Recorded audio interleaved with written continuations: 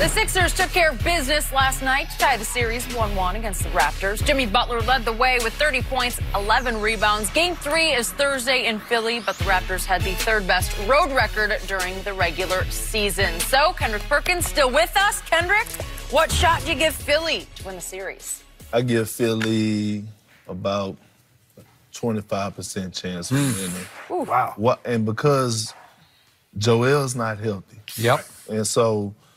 And also Toronto got the second best player right now in the league on their team. Oh.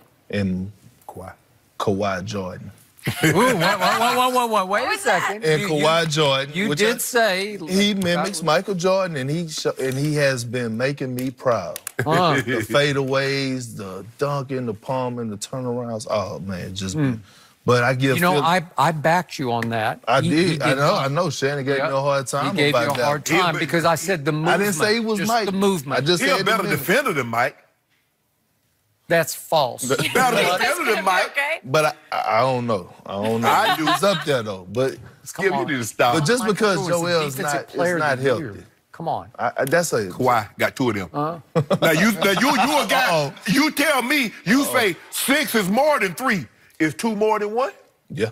That man got them back to back. Okay, I gave you the movement, all the athletic movement, the hands, the ability to palm. Right, the turnaround. It is Jordan-esque. Okay. But when you get to mental toughness, when you get to makeup, when you get to killer will, all-time winners and tangibles, you can't even put them in the same universe. I understand that, Skip, and I agree. I wasn't saying it like that, but I was just saying if you watch his game, it mimics mine. Kawhi was hurt.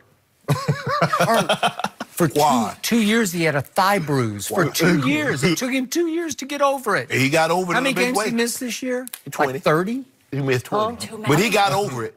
He averaging 40. He averaging 40 in the playoffs. Well, we'll see. We'll see if his team is mentally tough enough to back up your prediction that you say Philly has only a 25% chance. The Philly team is much mentally tougher than the Toronto team. Yeah, but they're not more experienced.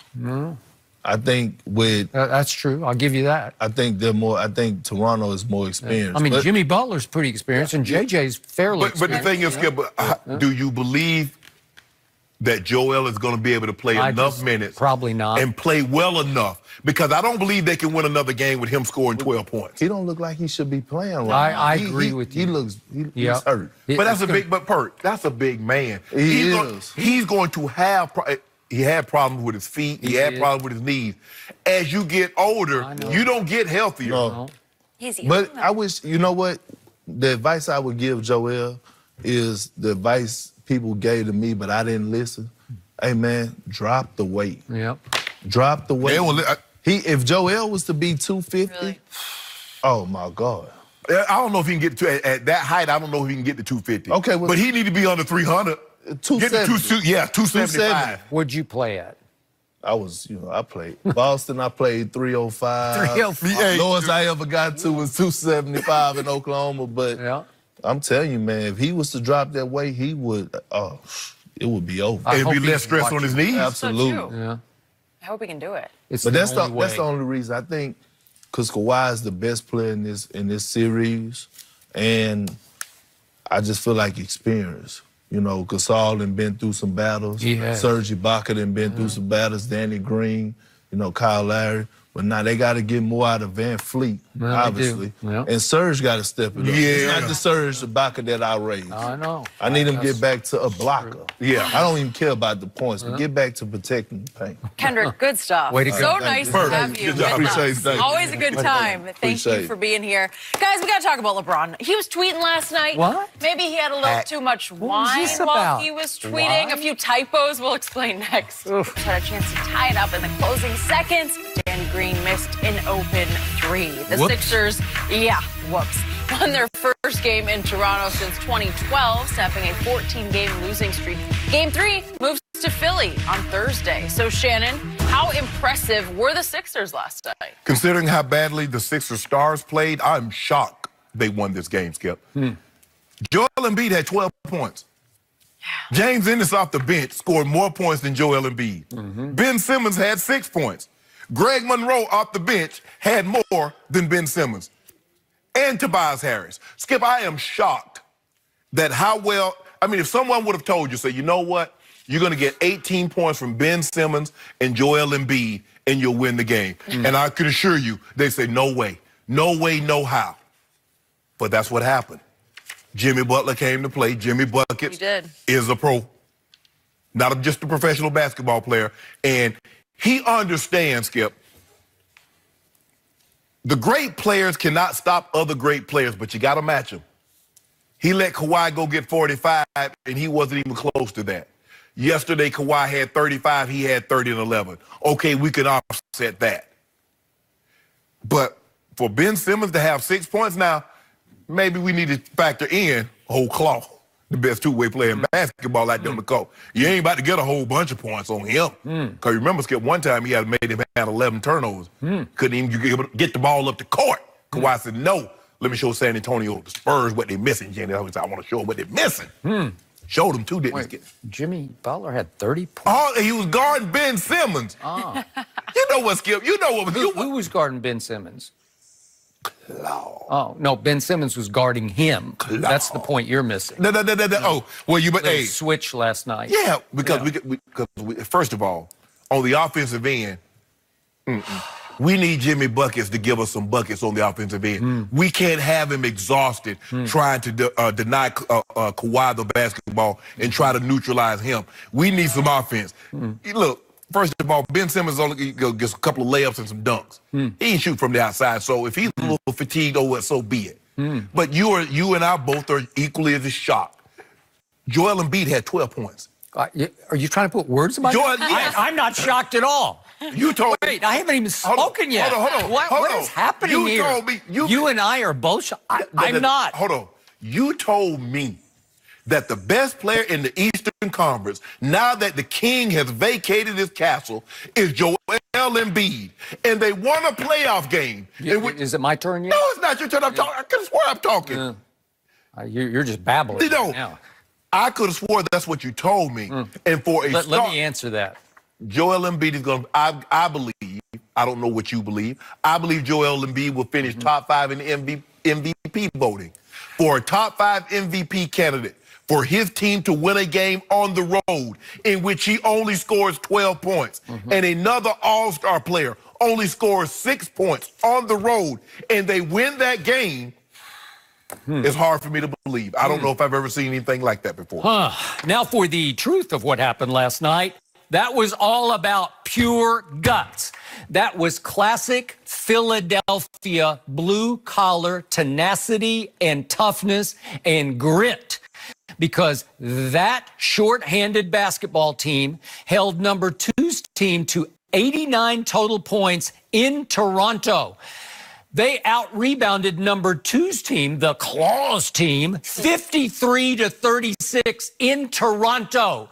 Let those numbers sink in. 89 points and 53-36 on the backboards.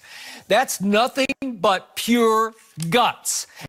And I want to congratulate the Sixers, although they consistently need to have backs to the wall, to reach down, to show you what they're really made of. What happened in Game 3 at Brooklyn when everybody said, uh-oh, they're in big trouble now.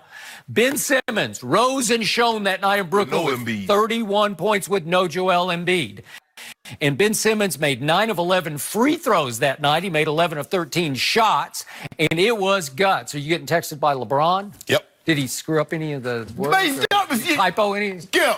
Huh? He was hot. Did he call you Sterling? Do you know? Sterling Sharp, right? What? That was funny. You love that. You know what? You love when LeBron makes a little tiny little gap. I thought he had somebody doing that for him, but no. I don't know. So did I. Yeah, I don't know. We'll talk about that later. We will. Here's the point. Joe, I told you yesterday, Joel Embiid has what's turned into an arthritic right knee. They were treating it on the sideline. It is chronic, and it's going to be an ongoing problem, not just in these playoffs, but in his career. Correct. He's got that Andrew Bynum thing going. Remember how Bynum just finally just couldn't go on his dropped knees? off a cliff. And I'm fearful that Joel might also. On top of that, he had the classic stomach flu, as he used a word for it after the game last night that I can't repeat, but he had double jeopardy. And yet, He rose and shone and gave them all the things that he could give them. And who made the biggest basket of the game last night? Did you see what Joel Embiid did? Yeah. Nice spin move. Nice spin move. Up and under. Yeah, can we see that? Yeah, there. I mean, that put them back up 3 with, like 10 seconds left. And I think that meant so much to that basketball team that guy sucked it up and pulled them up by the bootstraps just to hold on for dear life against a team that was on fire down the stretch. But here's the thing, though, Skip. I will concede that to you. It was an unbelievable, because you said he has an arthritic knee. But let me finish. Okay. Let me finish. Greg Monroe stood in. Yes. He stood up big for Joel Embiid. And then with 4 minutes left, he had 10 points and 5 rebounds, about 4 minutes left in the third quarter. He turned his ankle, and he was gone for the rest of the game. That was a huge loss for them. Mike Scott, who's hit some big threes for that team, I don't know what happened. He's got some heel injury, and he was in a boot on the bench last night, so he can't go. Right. So you're getting worse and worse. You're having to play James Ennis, Jonah Bolden, and Amir Johnson. That's who you're having to resort to because they're just shorthanded. They're just a battered basketball team right now. But I said yesterday, Jimmy Butler has to take more than 14 shots. Yes. And he took 22 shots last night.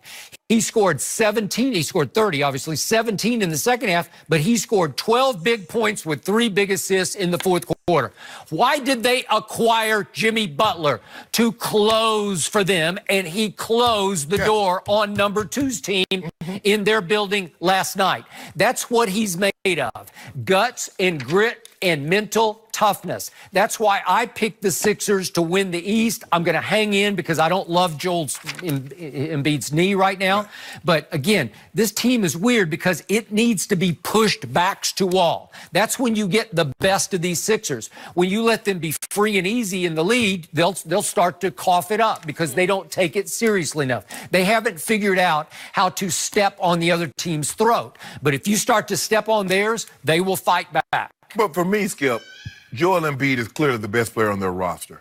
And for them to go on the road, that would be the equivalent. Do you believe Kansas City could have won the game? Do you believe the Patriots could have won the game in Kansas City if Tom Brady only throws for 150 yards? Well, if he had stomach flu and a bad knee? No. Well, obviously. But he can't. That's what I'm saying. For you to overcome that on the road, when Ben Simmons has 6 points, Skip, Ben Simmons plays 44 minutes. He had 6 points. James Ennis outscored him. Greg Monroe outscored him and played half the minutes.